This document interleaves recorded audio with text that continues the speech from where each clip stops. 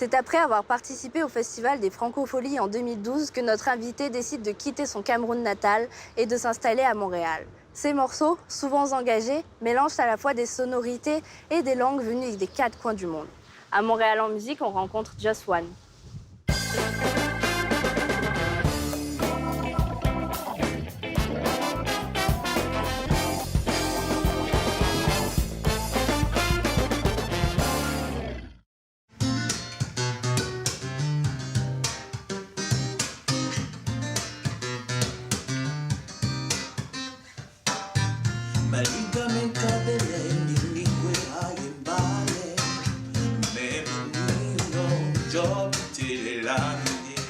J'aimerais qu'au travers de ma musique, les jeunes Africains réalisent que leur identité et leur culture sont assez solides, ont assez de contenu pour les divertir, pour les cultiver, pour leur donner du bien. C'est pour ça que tout ce que j'essaie de faire à travers les scènes du monde, en jouant dans les plus grands festivals dans le monde, c'est de dire un message à ces jeunes, écoutez, il est possible de chanter dans nos langues, il est possible de chanter dans nos musiques et faire les plus belles scènes du monde. Il est possible et c'est le message que je tiens et que je continue de donner aux jeunes Africains. Sur cette terre dont je n'ai rien de plus beau de l'eau, a besoin de charité, ne pas m'appuyer. On est la type, on tient des îles.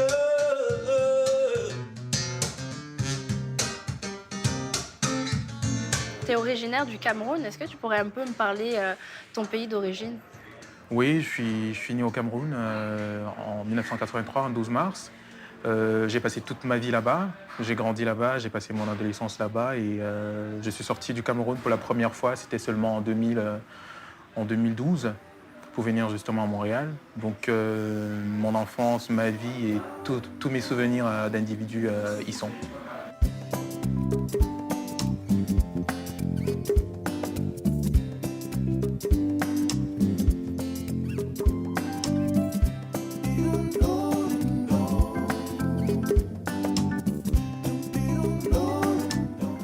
Pas commencé par la musique, en fait. Avant, quand tu étais jeune, tu faisais plutôt du dessin. Tu as même gagné plusieurs prix. Comment est-ce qu'en fait, tu es passé du dessin à la musique? Je me suis laissé entraîner par la passion pour l'art. Et petit à petit, à cause de l'enfance que j'ai eue, qui était très musicale, à cause du fait que ma mère était de culture très chrétienne. Donc on priait tous les matins en chantant. Ça faisait la formation de chant. Le dimanche, on allait à l'église, il y avait un band qui jouait. C'est les églises héritées de la culture nord-américaine. C'est du gospel, c'est très vivant. Donc j'ai grandi là-dedans. Et puis, étant donné que je dessinais de moins en moins, la musique m'a inspiré tranquillement. Et puis, dans mon adolescence, je me suis retrouvé à être fou passionné de musique.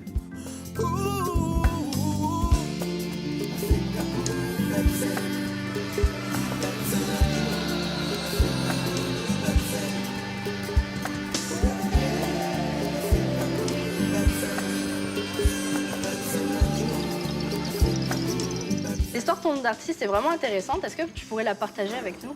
Oui, bien sûr.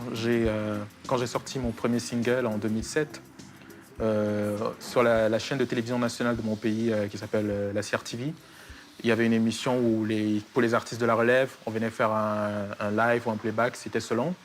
Donc moi je m'appelais, mon prénom c'est Justin, donc j'ai toujours écrit juste-1 en chiffres, ça se lisait juste 1, donc Justin, c'était un jeu de mots. Donc le réalisateur de l'émission, lui, il est anglophone. Et quand il fait ses fiches, il écrit 1 plutôt que de l'écrire en lettres, de l'écrire en chiffres, il décide de l'écrire en lettres. Donc en tant qu'anglophone, forcément, il écrit ONE, one, Ouais. just one. Et ensuite, le présentateur que je connais bien, qui s'appelle Daniel Bongué, il vient dans les loges. Le groupe Just One se prépare. On était là, on se regarde. C'est qui Just One? Je suis monté, il était très fâché. C'était un moment un peu frustrant. Mais je suis monté, j'ai fait le show, c'était super. Les gens, ils ont adoré. C'était une chanson, c'était du zouk R&B. Les gens, ils ont adoré. À la fin de l'émission, il y a plein de gens qui sont venus me voir. J'ai signé des autographes. J'adore ce que tu fais, Just One, c'est super. Et puis je dis non, c'est pas Just One, c'est Justin. J'ai passé toutes les années de ma vie à cette époque-là à dire c'est pas Just One, c'est Justin. J'étais fatigué, même dans la rue, les gens me croisaient. Ah, Just One. Je dis non, c'est pas Just One, c'est Justin. À un moment donné, je me suis dit mais tiens, pourquoi je me casse la tête? Pourquoi je m'obstine avec ça? Je pourrais en faire un nom d'artiste. J'ai juste décidé de l'écrire de manière vraiment originale pour que ça ne sonne pas comme le gars qui veut juste s'écrire un nom en anglais. Donc j'écris Joswan, W-O-A-N. C'est ça l'histoire de mon nom d'artiste.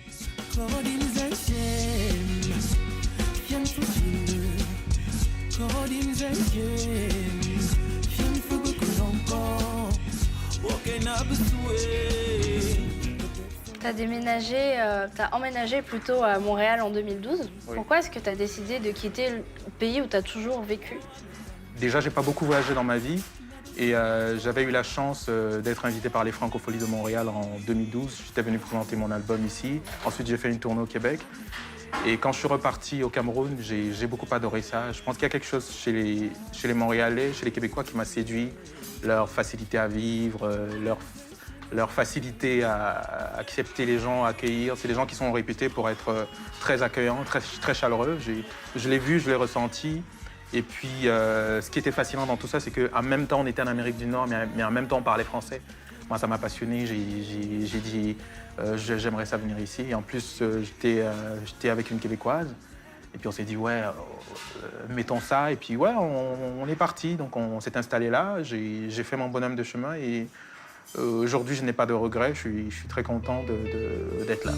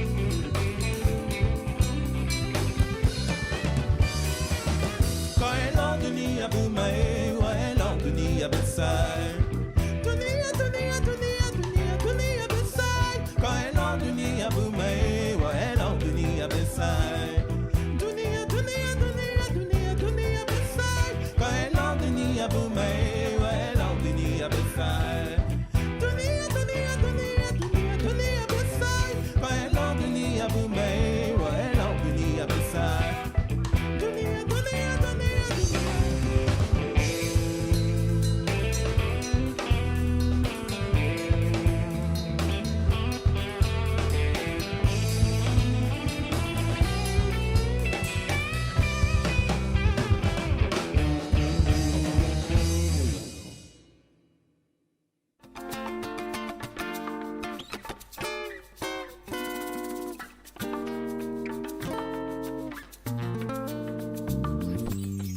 Malika mekabele ni gwe imbale Membunio jobi telelame. Dans cet album, qui s'appelle Des Reines, il y a un leitmotiv qui apparaît souvent, qui parle beaucoup des femmes.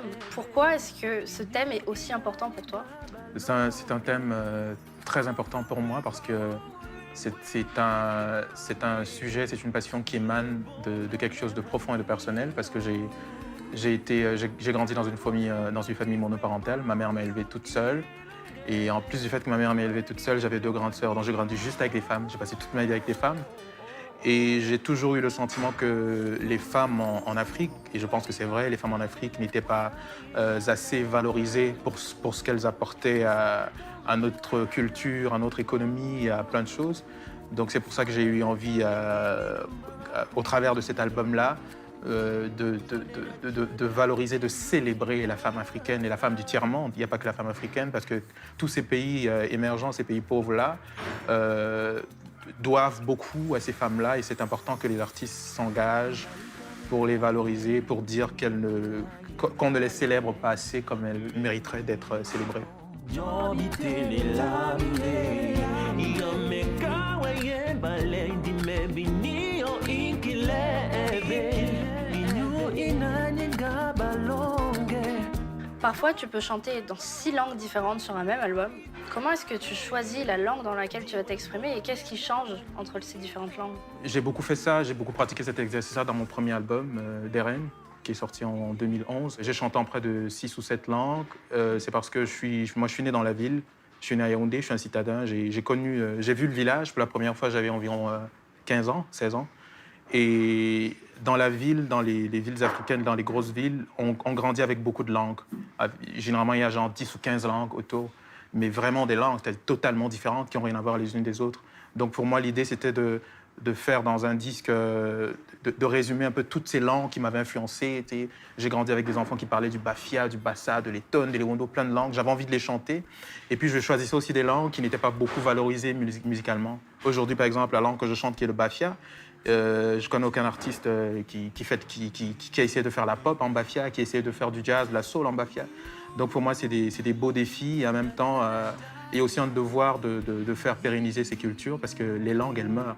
Lo bingen kong ici, bingen bot ban konje, bingen bon pompulo sal, bingen bot ban chelel, boba so ban konje, balonin bot yoso, matabe buongi gwe. Est-ce que les langues dans lesquelles tu chantes sont parlées uniquement au Cameroun ou est-ce que ça va au-delà des frontières de l'Afrique? Il y en a beaucoup qui vont au-delà. Par exemple, le bassa, une langue que je chante beaucoup, c'est une langue qui se parle au Libéria, c'est une langue qui se parle dans le sud, dans le nord du Soudan, au Cameroun, dans plein de pays. Tu sais, l'Afrique n'a rien à voir avec les frontières que les Occidentaux ont dessinées dans la conférence de Berlin dans les années 1800. L'Afrique, c'est des peuples qui communiquent, qui vivent ensemble, qui sont très communautaires. Et c'est des gens qui ne se définissent pas par les frontières.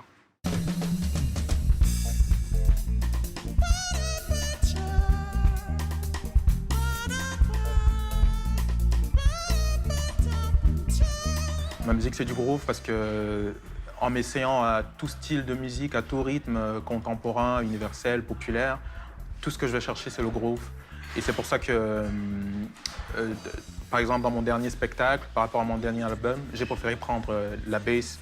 Parce que la bass, c'est l'instrument qui contrôle le plus le groove. Et moi, le groove, c'est quelque chose qui me passionne, qui m'obsède. Et ma musique, c'est le groove. Je mélange. Dans chaque album, ce qu'il faut comprendre avec ma musique aussi, c'est que dans chaque album, je vais explorer un style différent. Dans mon premier album qui est sorti en 2011, j'ai fait beaucoup de musique du Sahel, de chansons africaines, beaucoup de douceur, chanter la femme, célébrer la femme, tout ça. Dans mon deuxième album, je suis plus allé à la rencontre de la soul, du jazz, de la neo-soul, parce que c'est les musiques qui ont fait mon adolescence, le hip-hop. Et puis dans mon dernier album, je suis plus allé à la rencontre du pop, de la pop, du rock et du heavy metal, parce que c'est des musiques que j'entends beaucoup ici depuis 5 ans que je vis en Amérique du Nord. Et désormais, que je veuille ou non, je suis un Nord-Américain. Et pour moi, c'était important. Donc la musique, dans ce cas-là, elle va toujours être hybride, parce que la démarche, elle consiste vraiment à aller vers les musiques qu'on aime, les musiques qui nous passionnent, les musiques que les gens aiment. Mais le groove, toujours chercher le groove. Moi, quand je suis sur scène, c'est vraiment le groove que je donne aux gens qui sont en face de moi.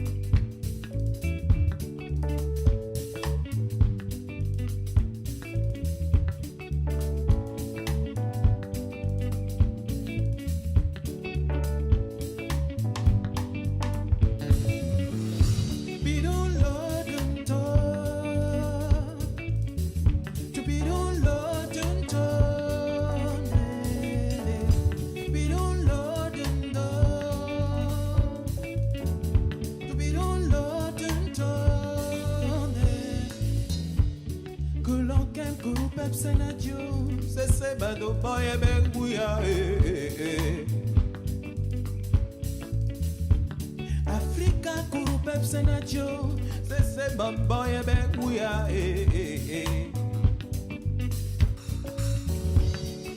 Chamen kokutia, na bamba mo merulo la konene, me poya wa bebenga wo, ya fala Kulon ken kuru pep senacho, se bando boye benguya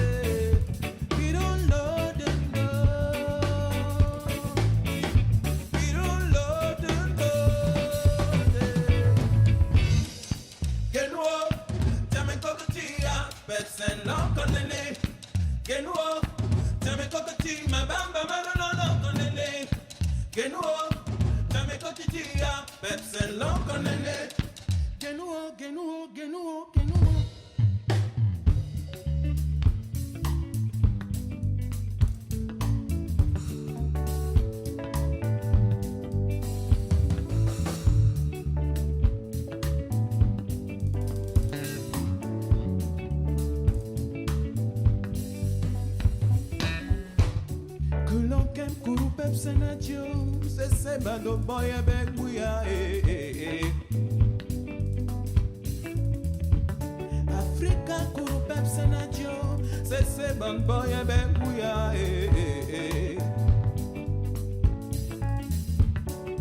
Chamin kokutia mabamba no merulo na konene papoya wa betenga wo ya follow Bando boy ben bouya eh.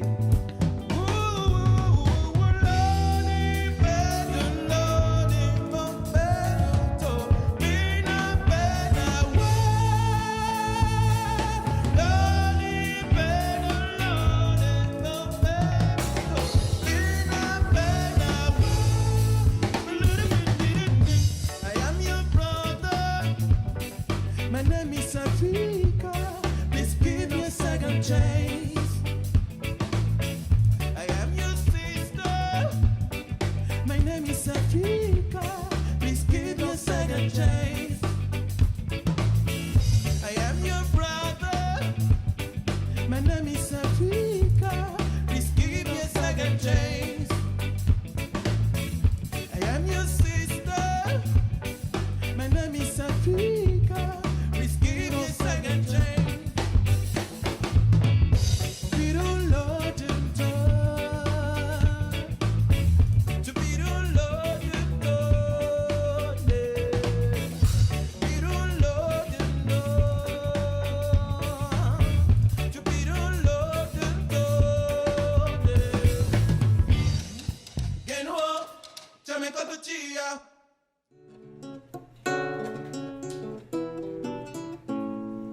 E como o Kengalon de Dieu Moubelé La musique du monde, c'est d'abord une démarche. Et c'est les gens du jazz qui, pour la première fois, ont prononcé l'expression world music. L'idée, ça consistait à quoi? C'est parce que comme le jazz, c'est une musique qui est capable d'absorber. Le jazz, c'est la musique populaire qui a le plus de sous-styles. Et faire la musique du monde, ça consiste à aller vers les autres. Moi, je fais ma musique, toi, tu as la tienne, je le prends, je la mélange, je prends, je la mélange. Donc, c'est la fusion. Donc, si on veut faire la musique du monde, que ce soit au Québec ou n'importe où, c'est important de mélanger ce qu'on fait avec ce que les autres font.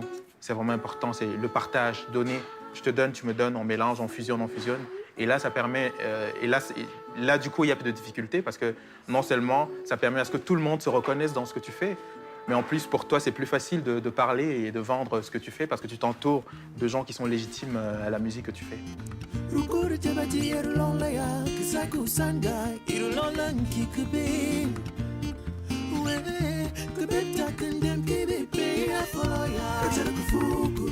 Là, je voudrais parler d'un événement qui t'est arrivé qui est un peu plus lourd. Le 22 mars, tu étais à l'aéroport de Bruxelles au moment des attentats.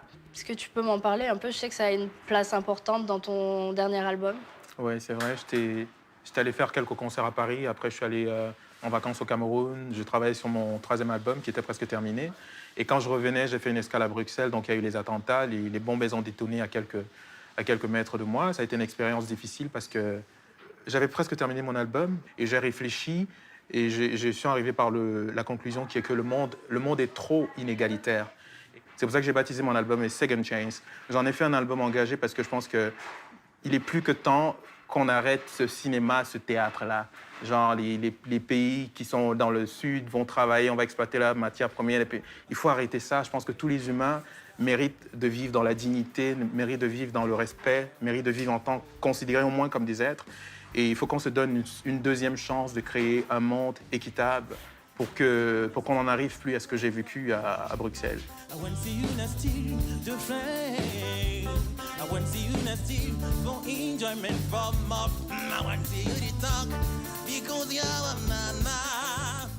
Moi, mon rêve, c'est que quand je vais dans mon pays ou dans mon village, comme je vais souvent, que dans, je sais pas, 10 ou 50 ans, que tous les jeunes n'aient pas seulement envie d'avoir un iPhone et des baskets, c'est bien ça, mais qu'ils soient capables de porter le boubou du village, qu'ils soient capables de manger le plat traditionnel en étant fiers. C'est leur culture. Moi, mon village, j'aimerais qu'il soit comme il est. Moi, je rêve pas de rentrer un jour dans mon village, voir des gratte-ciel, des autoroutes, des matchs. J'aurais envie de me suicider. Moi, je pense que mon village, il est bien comme il est, avec les petites cases, avec la rivière, avec le champ qu'il y a derrière. Et mon rêve, c'est que les humains soient capables d'apprécier leur monde comme il est, sans envier forcément ce qu'il y a chez les autres, parce que tout ce qu'il y a chez les autres n'est pas forcément bien ou mieux pour nous. C'est ce que je pense.